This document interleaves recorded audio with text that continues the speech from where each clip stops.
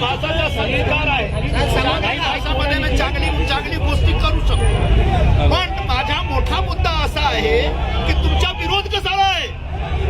आम्ही पण मराठी भाषाच्या सन्मानासाठी, तुम्ही पण मराठी भाषाच्या सन्मानासाठी आमची सरकार, आमचे मंत्री महाराष्ट्रात ऑटो रिक्षा और टॅक्सी चालणारे लोक आहेत त्यांच्याकडून अपेक्षा करतात की तुम्ही मराठीमध्ये संवाद करा. आम्ही पण सहमत आहोत, बस एवढाच आहे की 1 मे पासून, महाराष्ट्र दिवस पासून जे तुम्ही सगळ्यांचा परमिट जप्त करण्याचा एक धमकी देतात तो चुकीचा आहे. त्याच्यावर पुनर्विचार करा, फेरविचार करा आणि सगळे ऑटो टॅक्सीवाल्यांना एकदा मौका द्या, संधी द्या त्यांना मराठीच्या बेसिक नॉलेज घेण्यासाठी. आता मी इकडे राम यादव मार्फत गणपत पाटील नगर मध्ये मोठ्या प्रमाणात आमचे ऑटोवाले राहतात, त्यांना धमकी दिलेला गेलेला आहे, तर त्याचे जेणेकरून ते कमी आलेले. मला पण धमकी दिल्या आहेत मनसेने की तुम्ही जर मराठीचा विरोध केला तर तुम्ही धमकी म्हणताय की सरकारकडून धमकी दिलं जाते परमिट तुमचा एकाच आहे, तुमच्या पक्षातले ते मंत्री आहेत.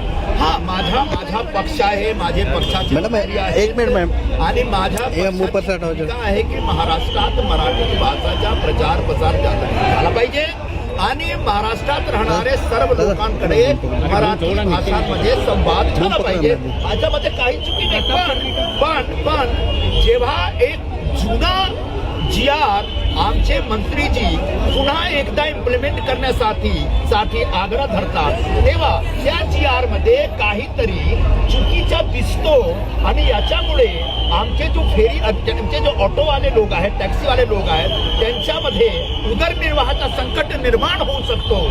याच्यासाठी मी काळजी व्यक्त केला. याच्यासाठी मंत्री महोदय, माझे मंत्री आहेत, त्यांच्याशी बोललो आणि त्यांना मी पत्र पाठवलं आणि त्यांना सांगितलं मी की साहेब याच्यावर तुम्ही पुनर्विचार करा. मी नक्की सांगतो गणपत पाटील नगर मध्ये राहणारे सर्व ऑटो वालों ना, तुम्ही तुमचे मनात, आपके मन में जो डर है उसको निकाल दीजिए.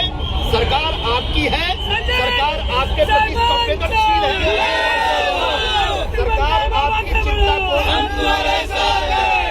आपकी चिंता को दूर करेगी और आप लोग भी थोड़ा सा सरकार का जो आग्रह है उसको स्वीकार करने का प्रयत्न करें.